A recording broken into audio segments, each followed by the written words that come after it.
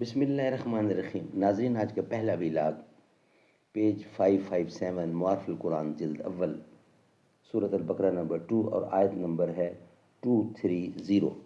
اور ناظرین، ہیڈنگ چل رہا ہے طلاق کا، خلا کا اور حلالہ کا، یہ ہیڈنگ چل رہا ہے۔ بسم اللہ الرحمن الرحیم۔ معارف القرآن جلد اول، سورۃ الفاتح سے لے کر سورۃ البقرہ اور پارہ اول تا پارہ تیسرا رکوع 8واں۔ رائٹر ہیں اس کتاب کے حضرت مولانا مفتی محمد شفیع صاحب رحمۃ اللہ علیہ، جو کہ مفتی اعظم پاکستان۔ بسم اللہ الرحمن الرحیم۔ الحمد للہ وکفی وسلام علی عبادہ الذین اصطفیٰ۔ قال النبی صلی اللہ علیہ وسلم خیرکم من تعلم القرآن وعلمہ۔ بہترین لوگ وہ ہیں جو خود بھی قرآن پڑھیں، دوسروں کو پڑھائیں، سکھائیں اور لکھائیں۔ شیشہ دہر میں ماند میں تاب ہے عشق، روئے خورشید ہے خون رگے مہتاب ہے عشق۔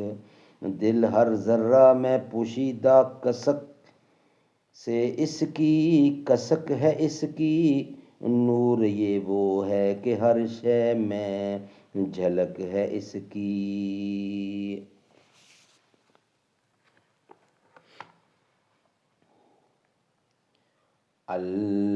البحث الحلال الی اللہ الطلاق۔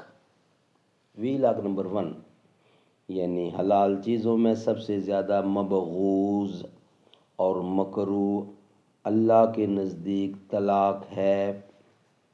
دوسری پابندی یہ لگائے کہ حالت غیظ، ذو غضب میں یا کسی وقتی اور ہنگامی ناگواری میں اس اختیار کو استعمال نہ کریں۔ اسی حکمت کے ماتحت حالت حیض میں طلاق دینے کو ممنوع قرار دیا، اور حالت طہر میں بھی، جس طہر میں صحبت و ہم بستری ہو چکی ہے، اس میں طلاق دینے کو اس بنا پر ممنوع قرار دیا کہ اس کی وجہ سے عورت کی عدت طویل ہو جائے گی، اس کو تکلیف ہوگی۔ ان دونوں چیزوں کے لیے قرآن کریم کا ارشاد آیا فَطَلِّقُوهُنَّ لِعِدَّتِهِنَّ،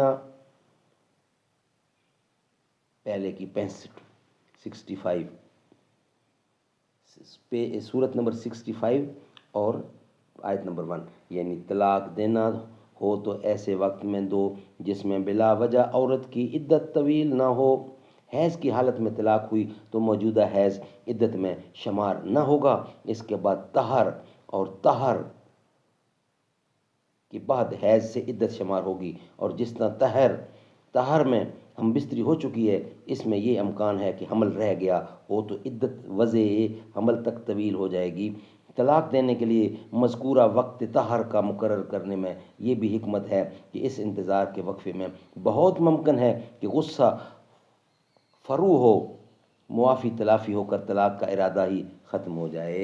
سبحان اللہ، سبحان اللہ۔ اللہ کا نبی، اللہ کا قرآن ایک ایک چیز بتا رہے ہیں۔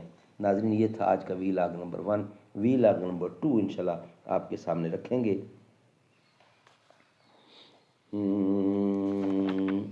صحابہ کے دامن میں آ کر تو دیکھو، ملے گا سکون آزما کر تو دیکھو۔